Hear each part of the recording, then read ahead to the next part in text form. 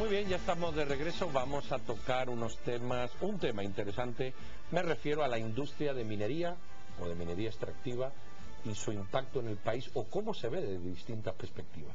Tenemos a dos personas que entienden mucho el tema. Mario Marroquí, que es presidente de una de las mineras extractivas, y Luis Velázquez, que es exministro de Economía y que también manejó estos temas durante su administración y actualmente también los maneja. Señores, muchas gracias. La pregunta clave es, hay una sensación en el país de que esto de la minería es nefasto. Contamina, mata, desforesta. Realmente, Mario, tú como presidente de una de las industrias, ¿qué se pone en la balanza de lo malo, de esto malo que nos venden? ¿Qué se pone en la balanza de lo bueno? ¿Cómo tú llenarías esa balanza de aspectos positivos y si quieres negativos o de crítica de negativos que pasas al otro plato de la balanza? Primero, tres temas que son fundamentales despejar de la percepción pública. En primer lugar, la industria extractiva en Guatemala sigue siendo limitada.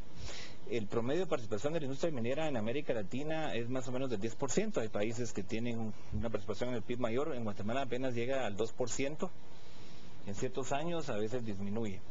Número dos, la cantidad de empresas de gran escala que trabajan sobre todo el tema metálico tampoco es muy numeroso. En realidad, cuando uno mide la huella ambiental real de los proyectos que actualmente operan o están por operar, no pasa de 15 kilómetros cuadrados.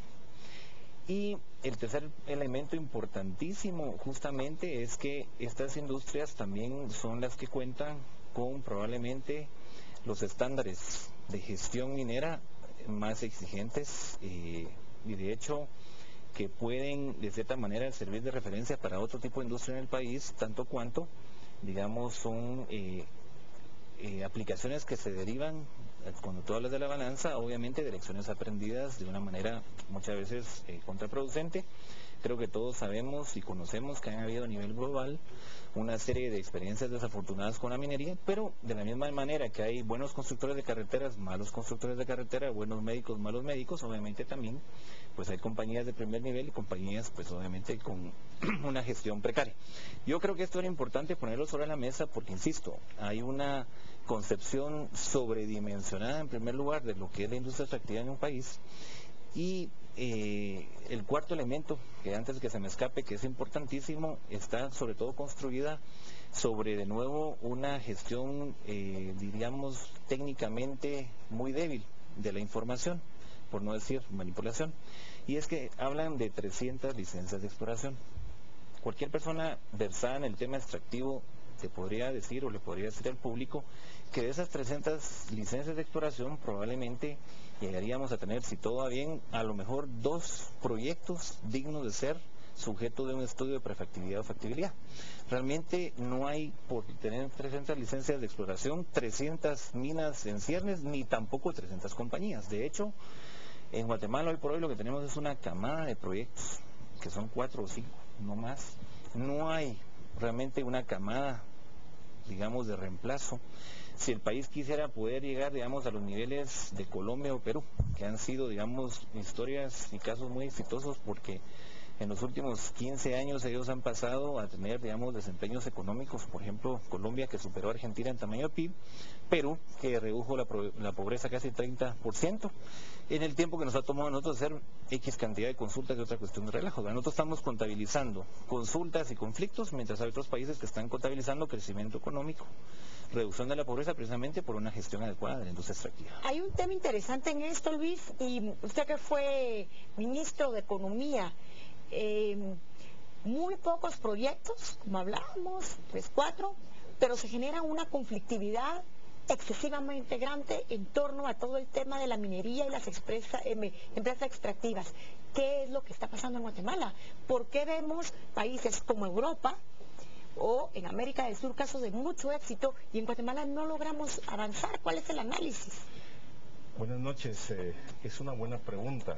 El desarrollo económico de un país tiene que ser de forma integral y recuerdo haber hablado de este tema con unos 17 expresidentes de América Latina.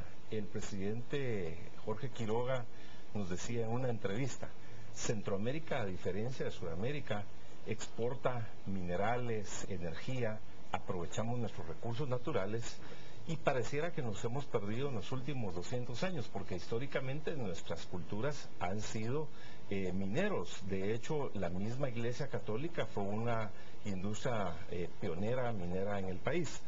Sin embargo, cuando surge el conflicto armado, pareciera que se firmaron los acuerdos de paz.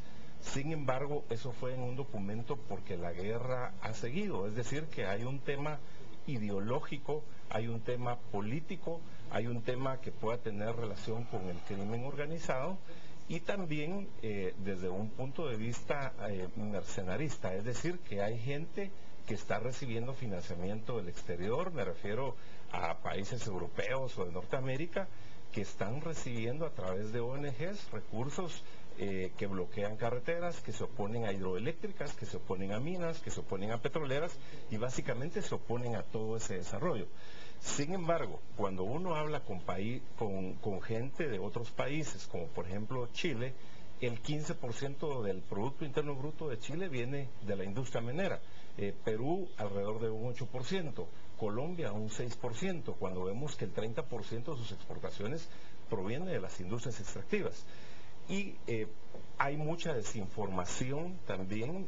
Normalmente hay gente que va a decirles que los proyectos de recursos naturales van a traer una serie de conflictos, lo cual no es cierto, y es ahí donde también una ausencia de políticas de Estado de promover el desarrollo económico integral.